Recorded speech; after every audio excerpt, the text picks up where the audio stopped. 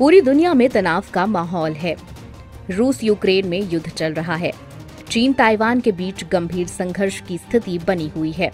ऐसे में अगर पूरी ताकत से परमाणु युद्ध हो जाए तो कुछ ही मिनटों में करोड़ों लोग मारे जाएंगे।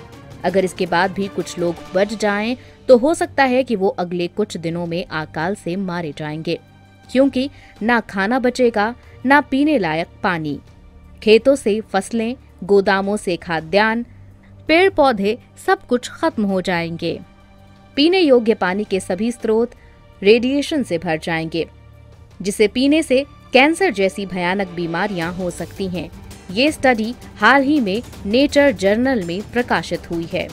परमाणु युद्ध के बाद क्या धरती से इंसान विलुप्त हो जाएंगे? अगर बात भारत और पाकिस्तान की करें तो दोनों देश परमाणु हथियारों से लैस हैं। इनके बीच अगर युद्ध होता है तो दुनिया पर कितना असर पड़ेगा? अब ये युद्ध सिर्फ इन्हीं दोनों देशों तक सीमित तो नहीं रहेगा, पूरी दुनिया में फैल सकता है। अंजाम भयानक होंगे। स्थिति इतनी भयावह होगी कि जिन देशों में परमाणु युद्ध नहीं भी हुआ, वहाँ भी लोग सुरक्षित नहीं बचेंगे, न ही उनका पर्यावरण। ये भयावह सपना नहीं, एक आंकलन है। अमेरिका और सोवियत संघ के देशों ने इतने ज्यादा परमाणु बम बना लिए हैं जिनकी कल्पना भी नहीं की जा सकती है। इसलिए दोनों देशों ने किसी तरह से थोड़ा नियंत्रण बना रखा है, लेकिन किसी भी देश ने पहल की तो अंजाम बेहद बुरा होगा। यहीं से इंसानी सभ्यता का खात्मा शुरू हो जाएगा। इंसान धरती से विलुप्त हो जाएंगे। धरती पर वैसा नजारा होगा जैसा डायनासोरों के समय था। मंगल और शुक्र ग्रह की स्टडी से पता चला है कि धरती पर रहने योग्य माहौल कितना ज्यादा संवेदनशील है। परमाणु युद्ध के बाद धरती पर परमाणु सर्दी फैल जाएगी। ये नजारा ठीक वैसा होगा जैसा एस्ट्रॉइड की टक्कर के बाद डायनासोरों के खात्मे के बाद हुआ था। 90 के दशक में दोनों देशों ने अपने परमाणु हथियारों की संख्या कम करने में जुट गए, आपस में समझौता किया था।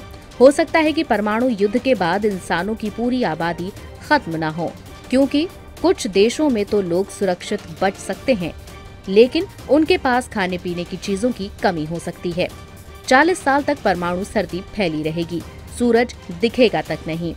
परमाणु युद्ध के बाद पूरी दुनिया में जो परमाणु सर्दी फैलेगी वो कम से कम 40 साल तक रहेगी, क्योंकि युद्ध में हुए विस्फोटकों से निकली राख, धूल ऊपरी वायुमंडल में जाकर अंधेरा बना देगी। सूरज की रोशनी धरती पर नहीं आएगी। धरती पर लगी आग की वजह से निकला धुआं चारों तरफ फैल जाएगा।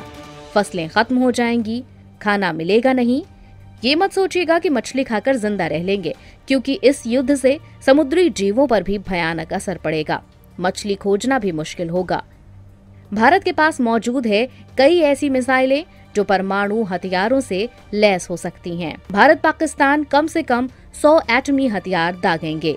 वैज्ञानिकों ने गणना की है कि अगर अमेरिका और रूस आपस में परमाणु युद्ध कर लें तो वर्तमान हथियारों के अनुसार 15 करोड़ टन राख वायुमंडल में जाएगा। इससे हर देश में घने काले बादल छा जाएंगे। ऑस्ट्रेलिया, न्यूजीलैंड और दक्षिण अमेरिका के कुछ देश इस आपदा से बच सकते हैं। साथ ही ये भी ध्यान देने वाली बात है कि भारत और पाकिस्तान के बीच परमाणु युद्ध का अंजाम क्या होगा। दोनों के पास अमेरिका और रूस जितने हजारों की संख्या में परमाणु हथियार नहीं हैं, सीमित हैं, लेकिन वैज्ञानिक ये मानते हैं कि दोनों कम से कम 100 परमाणु हथियारों का उपयोग तो करेंगे ही।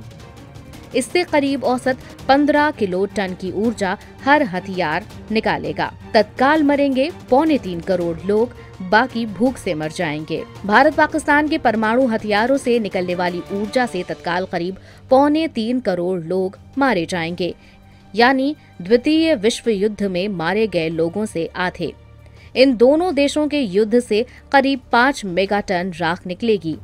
वैश्विक कैलोरी उत्पादन में 7% की कमी आएगी। इसके अलावा अगले 2 वर्षों में खाने की कमी की वजह से 25.5 करोड़ लोगों की मौत हो जाएगी। कितनी भी कोशिश करने का कोई प्रयास करे, लेकिन दोनों देशों के युद्ध से करीब 200 करोड़ लोग मारे जाएंगे, कुछ युद्ध के सीधे असर से और कुछ लोग उसके बाद पड़ने वाले अकाल से। ये स्टडी रटगर्स यूनिवर्सिटी के प्रोफेसर एलन रोबोक ने की है।